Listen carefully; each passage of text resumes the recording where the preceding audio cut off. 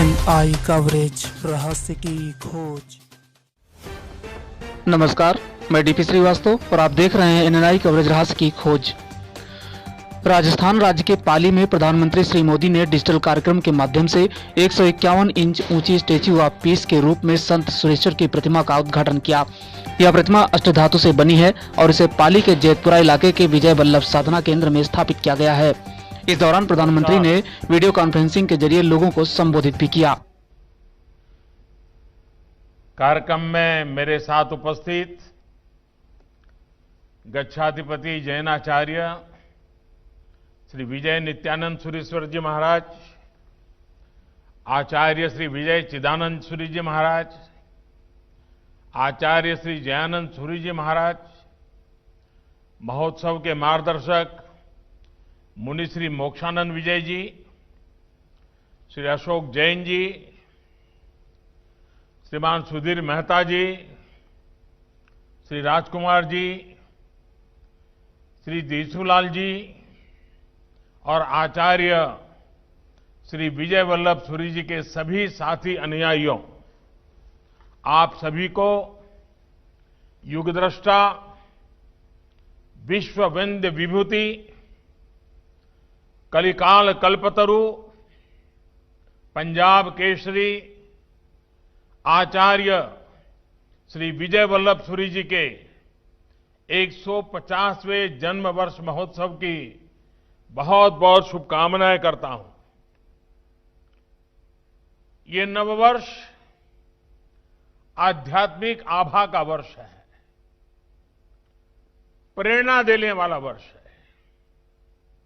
ये मेरा सौभाग्य है कि मुझे इस आयोजन में शामिल होने, आप सभी से आशीर्वाद प्राप्त करने का अवसर मिला है। जन्म वर्ष महोत्सव के माध्यम से जहां एक तरफ भगवान श्री महावीर स्वामी के अहिंसा, अनेकांत और अपरिग्रह जैसे सिद्धांतों को प्रसारित किया जा रहा है, तो साथ ही गुरु वल्लभ के संदेशों को भी जन जन तक पहुंचाया जा रहा है। इन भव्य आयोजनों के लिए मैं गच्छाधिपति आचार्य श्रीमद विजय नित्यानंद सुरीश्वर जी महाराज का भी विशेष रूप से अभिनंदन करता हूं। आपके दर्शन, आशीर्वाद और सानिध्य का सौभाग्य मुझे वडोदरा और छोटा उदयपुर के कवांट गांव में भी प्राप्त हुआ था। आज पुनः आपके सम्मुख उपस्थित होने का अवसर मिला है, जिसे मैं अपना एक पुण्य मानता हूं। संतजन आचार्य श्रीमद विजय नित्यानंद सुरीश्वर जी महाराज कहा करते हैं कि गुजरात की धरती ने हमें दो वल्लभ दिए, और अभी भी इस बात का जिक्र हुआ। राजनीतिक क्षेत्र में सरदार वल्लभ भाई पटेल और आध्यात्मिक क्षेत्र में जैनाचार्य विजय वल्लभ सुरीश्वर जी महाराज। वैसे मैं दोनों ही महापुरुषों में एक समानता और देखता हूं। दोनों ने ही भारत की एकता और भाईचारे के लिए अपना जीवन समर्पित कर दिया। मेरा सौभाग्य है कि मुझे देश ने सरदार वल्लभ भाई पटेल की विश्व की सबसे ऊंची स्टैच्यू ऑफ यूनिटी के लोकार्पण का अवसर दिया था, और आज जैनाचार्य विजय वल्लभ जी की स्टैच्यू ऑफ पीस के अनावरण का सौभाग्य मुझे मिल रहा है। संतजन, भारत ने हमेशा पूरे विश्व को, मानवता को शांति, अहिंसा और बंधुत्व का मार्ग दिखाया है। ये वो संदेश हैं जिनकी प्रेरणा विश्व को भारत से मिलती है। इसी मार्गदर्शन के लिए दुनिया आज एक बार फिर भारत की ओर देख रही है। मुझे विश्वास है कि ये स्टैच्यू ऑफ पीस विश्व में शांति, अहिंसा और सेवा का एक प्रेरणा स्रोत बनेगी। साथियों, आचार्य विजय वल्लभ जी वे कहते थे, धर्म कोई तटबंधों में बंधा सरोवर नहीं है, बल्कि एक बहती धारा है जो सबको समान रूप से उपलब्ध होनी चाहिए। उनका ये संदेश पूरे विश्व के लिए अत्यंत प्रासंगिक है। उनके जीवन का जो विस्तार रहा है, उसमें आवश्यक है कि उनके बारे में बार बार बात की जाए, उनके जीवन दर्शन को दोहराया जाए। वो एक दार्शनिक भी थे, समाज सुधारक भी थे, वो दूरदृष्टा भी थे और जनसेवक भी थे।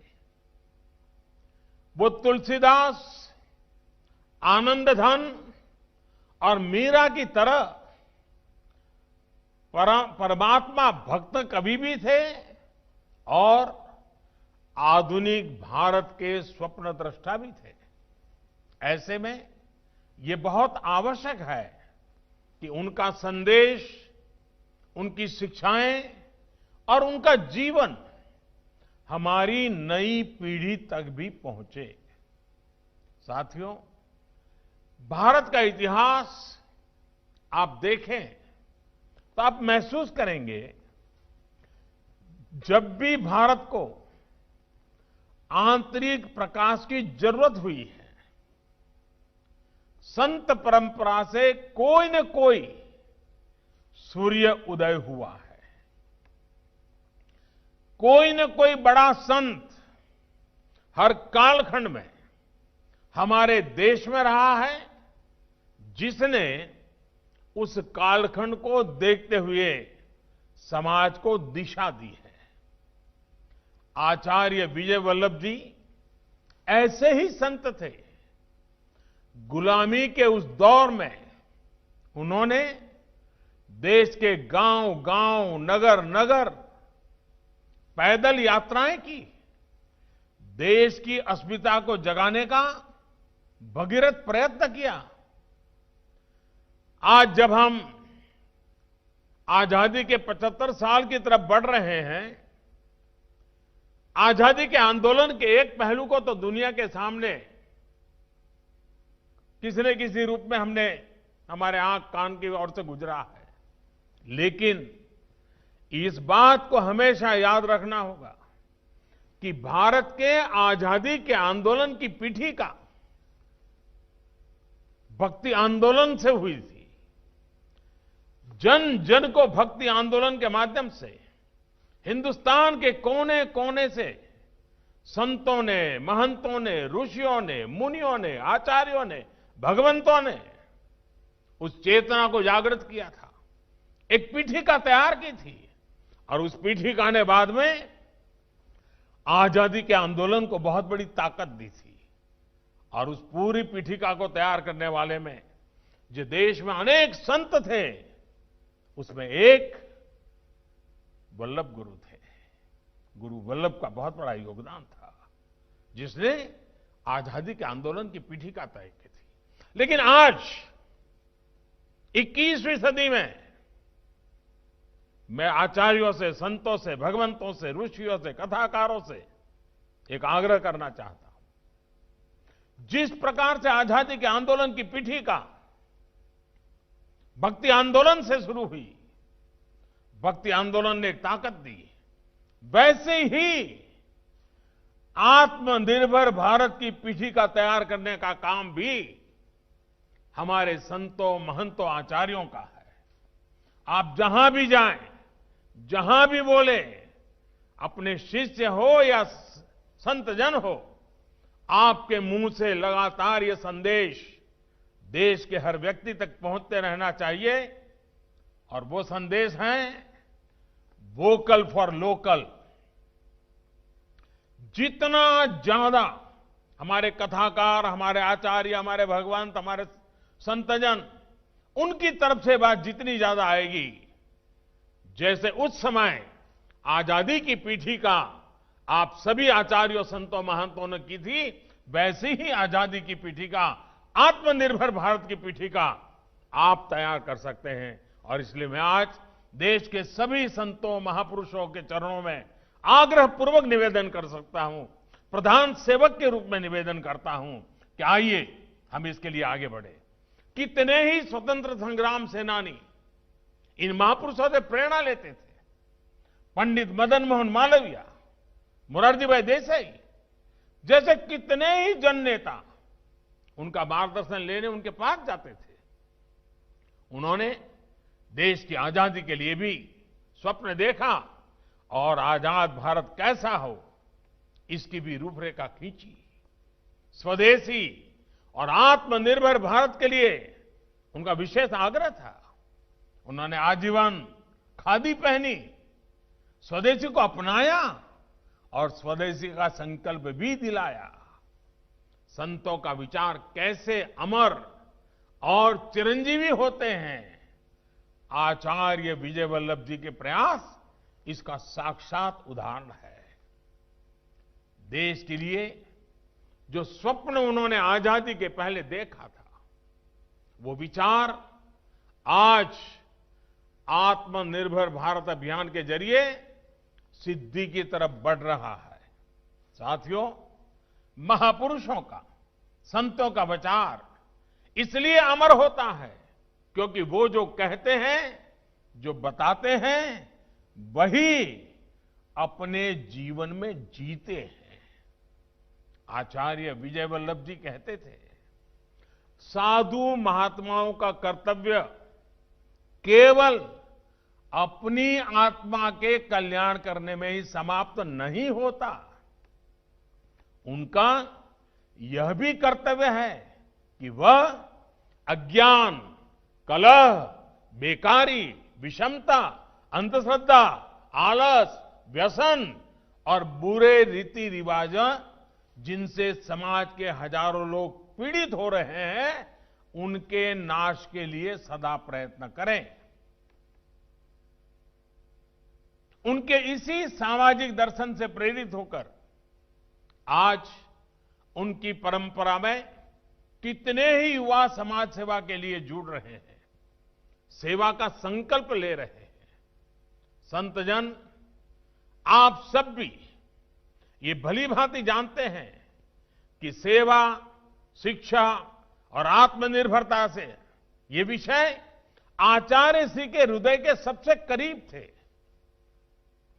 गुलामी के कालखंड की तमाम चुनौतियां के बावजूद उन्होंने जगह जगह शिक्षा का प्रचार किया, गुरुकुलों, विद्यालयों और महाविद्यालयों की स्थापना की।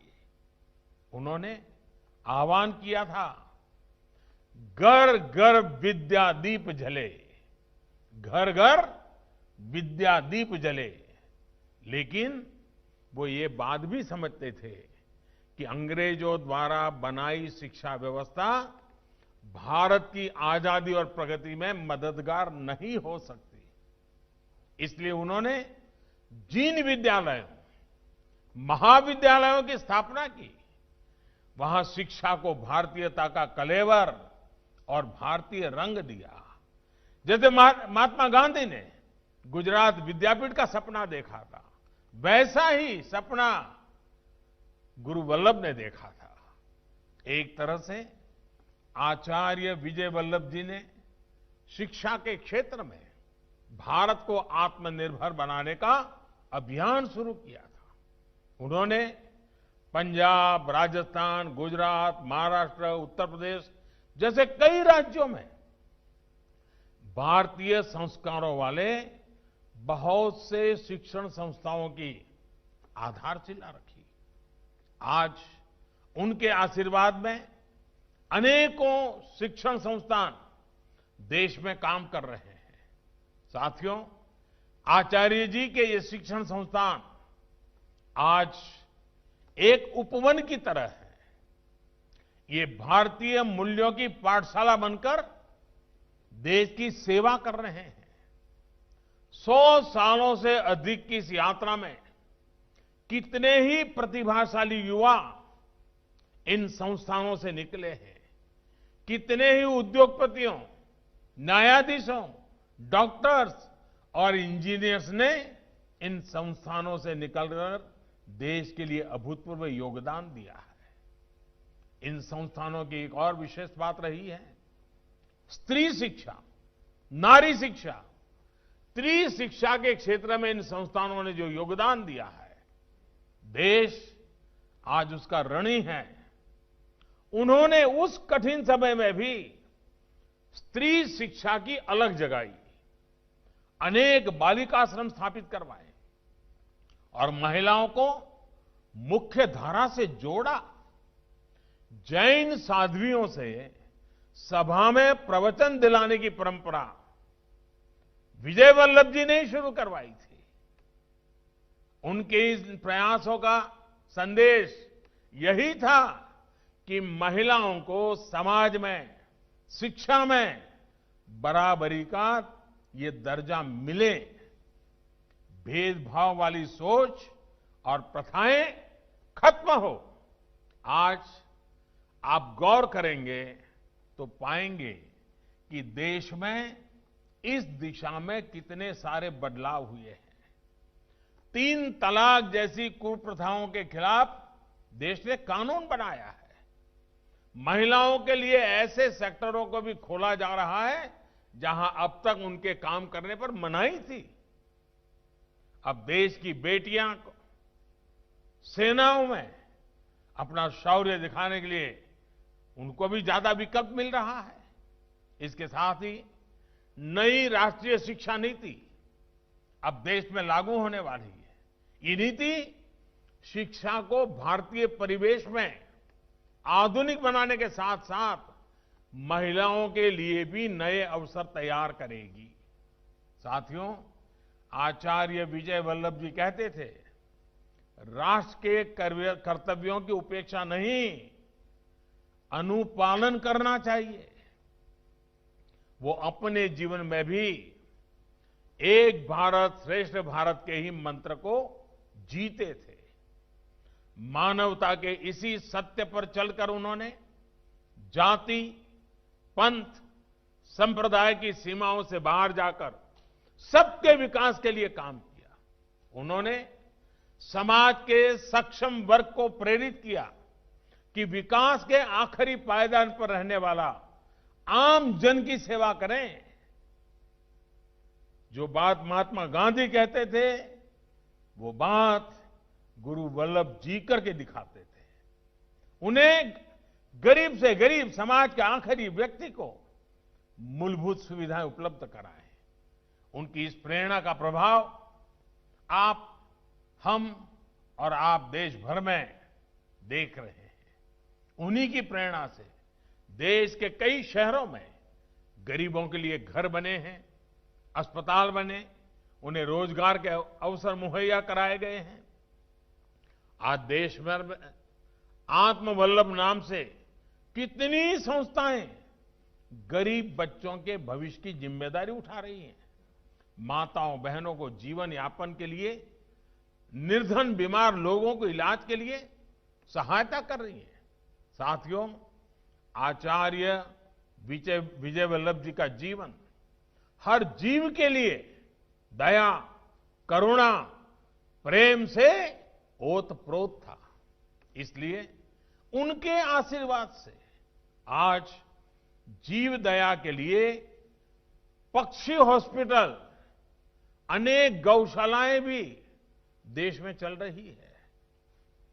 और ये कोई सामान्य संस्थान नहीं है, ये भारत की भावना के अनुष्ठान है।